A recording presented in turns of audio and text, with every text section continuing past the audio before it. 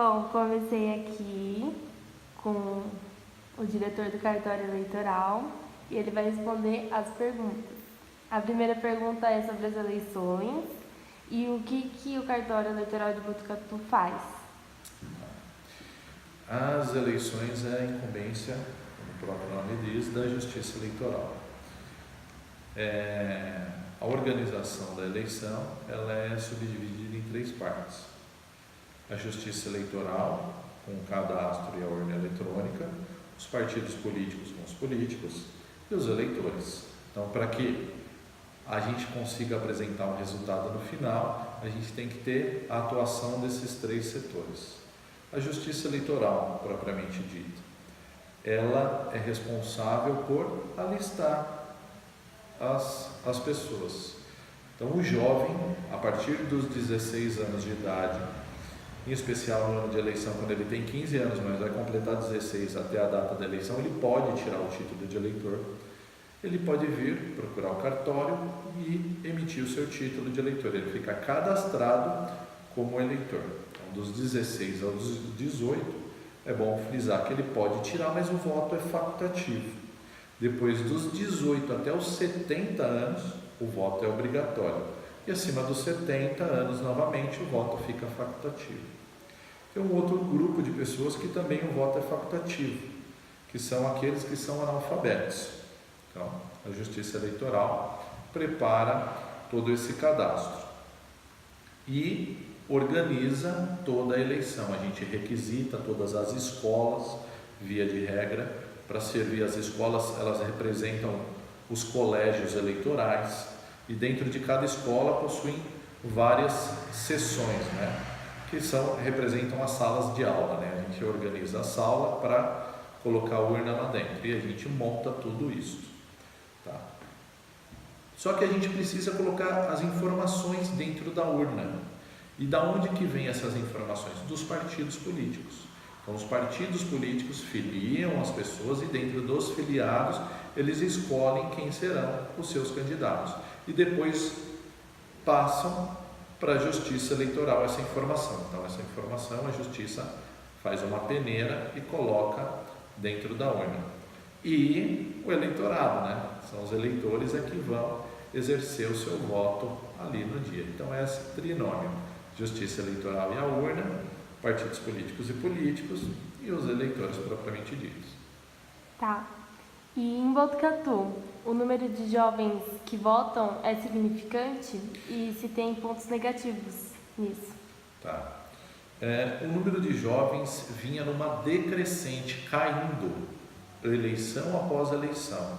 Isso desde 1996. Houve um ápice naquele momento e depois vinha caindo o número de jovens na faixa de 17 a 18 anos. A Justiça Eleitoral, aqui em especial na nossa jurisdição, que envolve Botucatu, Itatinga e Pardinho, nós tomamos algumas atitudes proativas frente à juventude e visitamos todas as escolas públicas e particulares. E lá a gente conversou um pouco com os jovens sobre política. Em alguma delas nós tínhamos a liberdade de falar e trabalhar um tema da importância da cidadania, de exercício do voto. A gente trabalhava um poema do Bertold Brecht, que é o analfabeto político, e com isso a gente cativava o jovem para participar da política. Então a gente estava com 800 jovens cadastrados na faixa 16 a 17. Com essas visitas a gente conseguiu cadastrar mais 1.800 jovens. Então a gente ficou com o resultado final 2.600 jovens. É altamente significativo, é um número bem expressivo. E esses jovens, além de se cadastrarem como eleitores, era facultativo para eles, mas eles se cadastraram, eles demonstravam bastante interesse em participar das decisões políticas.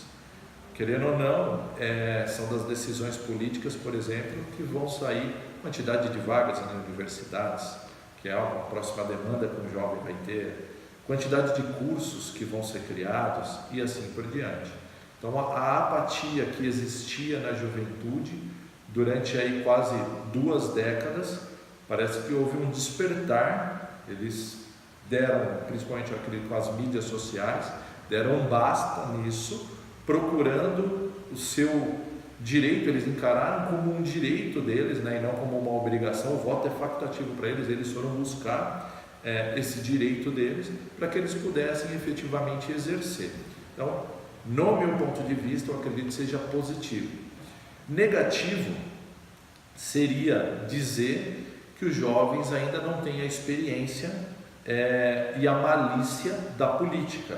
Então, eles poderiam ser levados com facilidade pela lábia dos políticos. E isso é um ponto negativo. Então, eles teriam que ter um conselho, muita atenção, pesquisar muito bem os candidatos. Hoje, com a internet, é muito fácil você pegar vídeos no YouTube, por exemplo, das entrevistas que eles fizeram, dos debates, e escutar cada um dos candidatos para formar a sua opinião e votar ali com plena consciência. Então, essa é a dica. E a última pergunta é se a urna eletrônica ela é segura e por quê? Eu trabalho na Justiça Eleitoral há 10 anos e até hoje nunca vi nenhum problema com a urna. A urna ela foi implementada no Brasil em 1996. Então, nesse ano nós vamos completar 32 anos de urna eletrônica. Em Botucatu, em especial, desde 1998, que ela começou a funcionar. Então, Botucatu, 30 anos já de urna. Em todo esse período, nunca foi realizada uma nova eleição por fraude nas urnas eletrônicas. A gente teve fraude, por exemplo, em compra de votos, a gente teve fraude em candidatos que eram ficha suja, mas de problema na urna nunca existiu. E existem alguns mitos com relação à urna eletrônica. As pessoas dizem que a empresa Systematic, que é venezuelana, que elaborou a urna eletrônica. É uma mentira isso. Quem elaborou a urna, quem bolou e construiu o projeto da urna foram os engenheiros do ITA, que é o Instituto Tecnológico da Aeronáutica, uma das maiores cursos de engenharia que nós temos no nosso país. E depois foi aperfeiçoado por professores na área de ciências computacionais da Unicamp, da USP, da Unesp e das diversas federais que nós temos no nosso país. Um detalhe importante com relação à urna é que ela permite diversas auditorias. Uma delas, que é pouco conhecida, até para quem é interessado, que pesquise até sobre o assunto, que é sobre a votação paralela. O que é essa votação paralela? Eles sorteiam diversas urnas em cada TRE, então em cada estado, e no dia da eleição eles chegam, pegam essa urna, vai toda a equipe da Polícia Federal e todo mundo, retira essa urna de lá e põe uma outra no lugar, com os dados e informações que estavam nelas ali para começar a eleição. E ligam essa urna, sendo tudo filmado, tudo gravado, e aí está presente Ministério Público, está presente OAB, os desembargadores, os juízes e toda a imprensa de uma maneira geral, ligam a urna e começam a votar, só que eles votam de uma maneira diferente. Eles votam um voto aberto, e para simular mesmo, vai lá e vai falar assim, ó, eu estou votando no fulano de tal, e tudo sendo filmado, votaram. E aí ele pega a urna de lona, que é a nossa antiga urna, e fala, ó, votei, e vota para o mesmo candidato, e coloca ali dentro em papel. Então faz o voto eletrônico ou voto em papel. A urna comporta aproximadamente 400 votos, uns 400 eleitores. E ao final do dia eles tiram o resultado da urna eletrônica e tiram o resultado do papel. Isso desde 1996 existe. E o que acontece? Sempre bate o resultado. Foi aprovado no Congresso Nacional, mas ainda não vai ser implementado nessa eleição, o voto impresso, que é similar a isso, ia acontecer em toda a urna. Ao lado da urna eletrônica ficaria uma caixa de acrílico acoplado, então o eleitor votaria, na hora que sai ali em quem ele votou, ele olha e confirma, e corta e cai ali naquela caixa de acrílico, dando a possibilidade de ser auditada todas as urnas. Então, se tem dúvida em qualquer urna, pegaria e auditaria. Então, pega o resultado que saiu eletronicamente e colocaria no papel. Então, esse é um dos motivos que eu acredito, e são vários, eu poderia citar vários sistemas de auditoria, da confiabilidade da urna. E aqui eu quero fazer um parênteses. Como eu disse no início da nossa conversa, a eleição é um tripé, a justiça eleitoral e a urna, que eu expliquei sobre a urna, os partidos políticos e os políticos. Por que saem candidatos, não muitas vezes, que é do agrado de todos, candidatos ruins? Porque os partidos políticos não têm a hombridade de selecionar muito bem quem vai fazer parte do seu grupo. Eles deveriam solicitar certidão negativa no fórum de todos eles, e se aparecer alguma mácula, indefere a filiação. Tá? Então eles peneiraram, e depois de peneirar, colocar então pessoas boas dentro dos partidos, capacitar essas pessoas, cursos de gestão, ele vai ser um gestor público, ele vai mexer com o dinheiro público, cursos de princípios, ética, moral e tudo mais, saber lidar com as pessoas. Então eles selecionariam e preparariam perfeitamente esses candidatos. E por fim, que tem grande parcela de culpa em tudo isso, somos quem? Que eu incluo aí, os eleitores.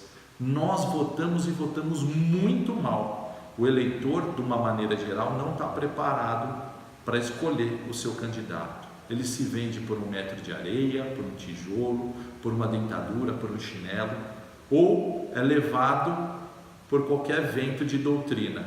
Então o eleitor ele tem que ser preparado, trabalhar temas como cidadania nas escolas desde pequenininho, não jogar um lixo no chão, contribuir, plantar uma árvore, cuidar do seu espaço, da sua rua, do seu ambiente.